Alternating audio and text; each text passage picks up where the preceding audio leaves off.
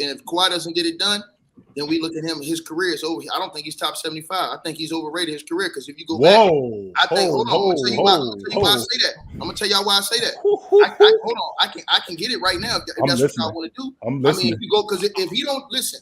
So if he retires today, think about this. What would the Raptors? Hold on. What would the Raptors? Hold on. Let's be real. And I like Kawhi. What were the Raptors doing before he went over there? They were in the Eastern Conference Finals. They were running to LeBron, right? They were running to LeBron James, the dude that they say the best player in this era right here, right? So that's who they lost to. That's who stopped them from going to the NBA Finals, the Raptors, right? They were 17-5 that year without Kawhi, that same year, right? Right.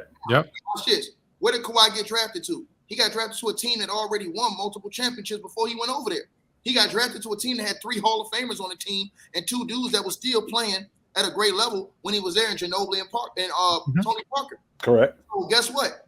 If you think about it, he won one Iguodala Finals MVP where he just played better in the NBA Finals. And then the other Finals MVP he won, he played like he was the man, but it wasn't like they was garbage without him. They were 17-5 without him. Right. And he missed like 20-some. Boy, he missed 20-some games that year. And not only that, that team was already in Eastern Conference Finals. Okay. Now, the most wins in the NBA over that 5-year stretch. Go ahead. They were in the conference finals 3 years before. You put together, because he didn't put together the Toronto Raptors. The Toronto Raptors were already a damn good team. Keep it 100. They had to start with what you call was still playing solid basketball. Came from Memphis, Marc Gasol. You had all them other dudes. You had Norman Powell on the bench. They was deep on that team.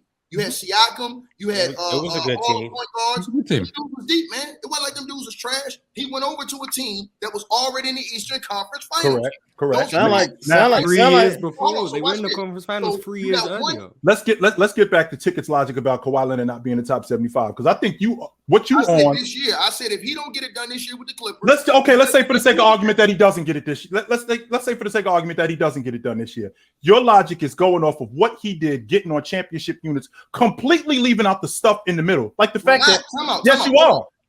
Okay, so let me ask you a question. The reason why I'm saying that too is based off his injuries as well. Bro, I don't put dudes in the top 75 just because. If you're not playing these games, bro, Wiggins got more career points than this dude. It makes no sense. So if you look at Kawhi's career stats, if you look at his career stats, I'm saying I think he's a Hall of Famer. But top 75? Right. Nah, I can't put him there. Do you have him top 75 right now? The only thing I'll agree with Ticket is that for me, and you know how I feel, like there needs to be a certain amount of years of prime. And when I look at Kawhi's prime years, there's 5, 6 prime years where he played like 65, 70 games. Well, wait a minute, Tone. How many Hall of Famers have Bird had Bird's prime years? He had 5 prime years. Even though Bird was awesome for 12 years, right? Bird had about 5 great years. How many times was Bird less than 20 points per game and not the best player on his team? Yeah, he was putting up Never. How many times did Kawhi average less than 20 points per game and wasn't the best player on his team? Now that was early on. So you don't think Bill Walton should be top 25? No, Bill Walton should not be there. I don't think Bill Walton. And that's because of injury. But also with that being said, when I got a guy who has a 5-year prime, that's half a decade of being awesome and winning championships. That's a big deal. How do we just have something like that? Losing. The last 3 years, what he did. So in 14, they win the NBA championship. That wasn't his prime. Yes. When he won the Spurs, that was not his prime. He was only averaging. He was a fourth. Hold on. The year he came and won the championship with Spurs, right? 30 minutes a game. No, I'm saying no. The year he won the championship with the Spurs, he was the 4th leading scorer. That first year, I think he's moving into that. So, bro, he only averaged like 12 points per game. He averaged 13. I think he averaged 17 a game, and I think he averaged 16 or 17 a game in the playoffs.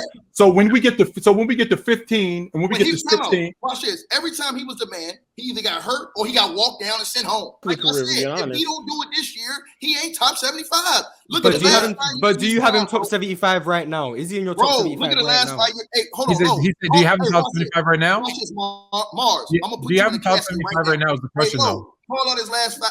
How many games he played fluent the last 5 years? Each year, how many games he played?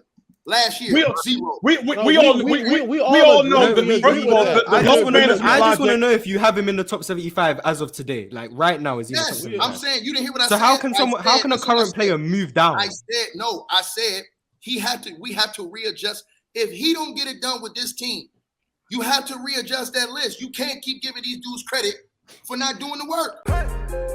It's the player choice way. Yeah, them boys don't get it started. The player choice way. The player choice way. Come and switch lanes into the player choice way.